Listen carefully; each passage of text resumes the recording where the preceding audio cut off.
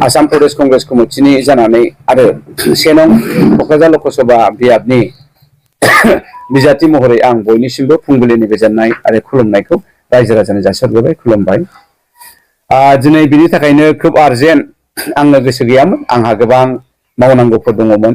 नै दानो 8टायावनो प्रग्राम मोनसे दंमोन टाउन गेजेरावहाय केम्पेइन प्रग्राम। थेवब्लाबो आङो रायजो राजाखौ बे नांगोल बोराया ओरैजाया थगायबाय थादों, होनबाय थादों बिथांमोनहा गरजनालायनो प्रमदनिफ्राय 10 कौटि ना मा होनदों फैसा लाबायनो। प्रमद आंनो मानो फैसा होनांगौ जाखो? सानफ्रोमबो सान हर आङो बे बिजेपि बे इउपिपिएल नि एगेन्स्टैनो बुंगासिनो दङ। गरजननो फैसा होनानै मा लाब बिस्रा? मा लाब जागोन? बा गरजनाबा मानो लाखो? उइड्रलनि टाइमा गासिबो थांजोब्बाय, बारलांजोब्बाय, सानसेल'सै। एफा गोबाव बे 45 दिनखौ गरजना दिनै केम्पेइन खालामनो हायोबा बे सानसेया जेबो नङा गरजन मोसाहारिनि थाखाय। हाग्रामा बिथाङा बेनिफ्राय सोलोंनांगौ, खाम्फा बिथाङा बेनिफ्राय सोलोंनांसिगोन। हाजार बार बिथांमोना गरजन मोसाहारिखौ नाजादोंमोन फैसाजों बायनो, नाथाय गरजन मोसाहारिया फैसाजों बायजाग्रा नङा। हाग्रामाया बेखौ सोलोंथों, खाम्फाया बेखौ सोलोंथों। जोंनि इयुन जोलैखौ बिथांमोना बेबायदिनो थाखा फैसाजों दिंखिया मैगंफोर बायदि, सिब्रु मैगंफोर बायदि हाथाय बाजाराव मैगं फाननाय आरो बायनायफोर बायदि बायलाय फानलाय खालामबाय थादोंमोन, नाथाय गरजनखौ हायाखिसै। बिथांमोना लाजिबाय, नांगोलनि फाला थल्ल' गबाय। गाबोन समफोर बिथांमोना इलेक्सननि उनावहाय ओंखाम गेफेनि अनगायै जेबो जानो हानाय नंलिया। बेनिफ्राय हाग्रामा बिथाङा सोलोंथों। गरजना गरजनसो, बेयो गरजन मोसाहारि आंनि सोरजिग्रा, आंनि बिदा फंबाय इयुन जोलैखौ आं फोरोंलांगोन जे जों फैसाजों बायजानो नाङा। थाखा फैसाया देरसिन नङा। लाजि गैयै बे नांगोला गुरलाब मास मोनब्रै मास मोनबानि सिगां एखेबारे बिरजाब जयनिं खुंबाय। सेंग्राफोरखौ सिख्लाफोरखौ स्कुलनि गथ'फोरखौ कलेजनि गथ'फोरखौ थगाय सोबाय। हाजार फैसा उरायहोबाय। बैनि दोहौआ मानो थांखो? बैनि दोहौआ बहा गोमाखो? लाजियाखिसै बिसोरो दिनैहाय? बिनि दोहौआ बहा गोमाखो? होनजोब्बाय बर' मानिया 99% बर'आ नांगोलाव हाबजोब्बाय, नांगोलानो देरहासिगोन। दिनै सासे बे सामान्य गरजनखौ थाखा गैजाया फैसा गैजाया बेखौ मानो गिखो? मानो गिखो आंखौहाय दिनैहाय? लासिंसिं मा बुंखो? बे प्रहलादा मा जावलिया बावलिया गोदो नोङो एबसुनि थानाय समाव एबसुनि बे गथ'आ प्रेसिडेन्टमोन, एबसुनि बे गथ'आ डिस्ट्रिक्टनि जेनेरेल सेक्रेटारिमोन। बै समाव एबसु एनडिएफबि जुवा गेलेग्राफोरखौ हमोमोन। प्रहलादा जुवा गेलेग्राफोरनि फैसा लानानै एबसुनिफ्राय जोख्लाय हरजादों। दा बेबायदि नंबां जाबां गथ'फोरखौ बियो लायो हाग्रामाया। बेबायदि नंबां जाबां आखल गैया बाखल गैया एथिक्स गैयै गथ'फोरखौ बियो लानानै दिनै समाजखौ नस्थ' खालामदों। थाखाजों फैसा गेलेदों बिसोरो, मानसिफोरखौ भिखारि बिबायग्रा खालामदों। बेरे फुंजानि मानसिफ्रा बिसोरनि न'खराव थाङो 50 थाखा 100 थाखानि थाखाय सानसे थाला थाहैयो। बिसि फिसाय गारनानै दाउ अमा बोरमा फिसिनायखौ गारनानै दिनै बे हाग्रामानि निथिया जोब्बाय। लाजि गैयिया गरजनखौ बायनो हागोन बिसोरो। अख्रां गंसे फैसा गारफैबाबो गरजना बे फैसानि लब नङा। आं खोब दुखु मोनदों बिथांमोना गरजनखौ बायजाबाय, प्रमद बर'जों बायजाबाय। आं बिथांमोननिनो सान हर सानथ्रोब हरथ्रोब एगेन्स्टै बिथांमोननि हेंथायै आं बुंबाय थादों। बिथांमोना आंखौ मानो बायनो बा आंबा मानो बायजानो? दा बेखायनो आङो दिनै बे प्रेस मिटजों बेखौनो खावलायनो सानदों, रायजो राजाफ्रा घाबरायनो नाङा। नंखायथार जेरावबो कंग्रेसनि दोहौ, जेरावबो आखाइनि दोहौ, नांगोला जेरावबो गैलिया, रावबो नांगोलनो भट होला। बिसोरो बेखायनो मा खालामगोन मा मागोन जोबथा हाथियारा बेनोमोन खोमा हाग्रामानिया। जे गरजना फैसा लाबाय, गरजना जिरायबाय, स्क्रुटिनिया बारलांबाय, उइड्रलनि 22 तारिखआ बारलांबाय, दिनै सानसेल'सै। गरजना मानो जिरायनो? गरजना जिराया।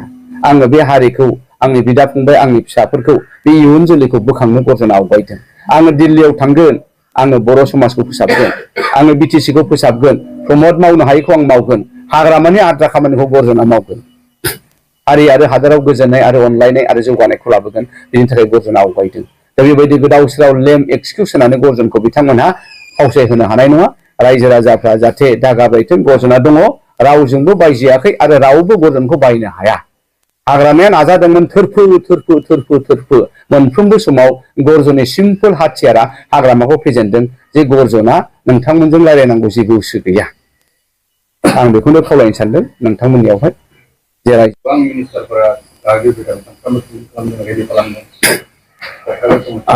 बेयो बेनिखायनो कंग्रेसआ खोब स्ट्रं कंग्रेसा बोलोगोराथार गामि गामि हाबजोबबाय जों मिथिबाय बे बयबो मा बर' मा हारसा मा गार' मा मेर' मा बांगाल मा जुंगाल गासिबो कंग्रेसनि पक्षआव दङ बेखायनो हिमन्त बिश्व शर्माया जावलिया बावलिया मास मोननै सिगां होनदोंमोन जे कंग्रेसआ जिर' प्रमद बर'आ राजु बिथाङा होनदोंमोन क'क्राझाराव कंग्रेसनि जेबो मोनामनाय गैया मानो फैदों उपेन बराखौ दिनै नुबाय कंग्रेसआनो सबसे स्ट्रंसिन जानानै दा बिनि इंगित हिमन्त बिश्व शर्माया दिनै क'क्राझार मोखां सुबानो क'क्राझारखौ गोसोखाङो खोमा बिथाङा गिलु बालु मानसि क'क्राझाराव फाथायहैबाय कंग्रेसआ जुदि जेबो गैयामोनब्ला दुरबल मोनब्ला जिर' मोनब्ला नांगोलाथ' गावसिनिनो बि टिम मानो फैनांगौमोन बेनो फोरमान जे बिथांमोना कंग्रेसखौ थोर लोहो गुरलाब बिखा मावलायनाय गिगासिनो दं आरो कंग्रेसआ बिपिएफनि भटार्सफोरखौ बोनो हादों नामा जायनि थाखाय बिथांमोना बेफोरबायदि पलिसि बाहायदों कंग्रेस फैनाय लोगो लोगो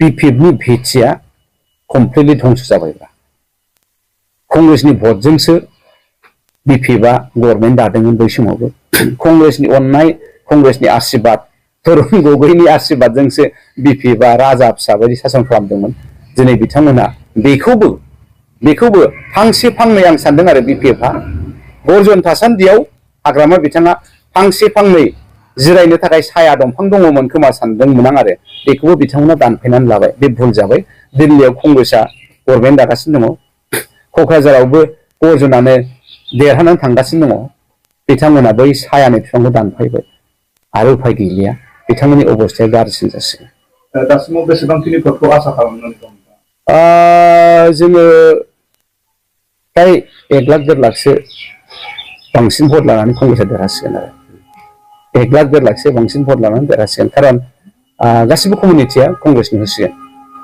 इउपिपिएलआ बिथांमोना नाजादों खिन्थु हिमन्त बिश्व शर्मा थानायाव बिथांमोननो भट होआ बेनो बिसोरनि गिदिरसिन भुल आरो उफाय गैयाबो जादों एकर्डनि खाथिराव आं बेखौ खिन्थु निराशा दाजा नोंथांमोना मोजाङै था जोङो बड'लेण्डखौ बिटिसिखौ डिस्ट्रय खालामनो नागिराखै बबेबा मोनसे पार्टिया मान आरो सन्मानजों आब्रुथि लाखिनानै गसंनानै थायोबा गरजना बिथांमोनखौ अनसायगोन बाहाय जेबो खोथा गैया हाग्रामानि बायदि गोदाव सोराव नीति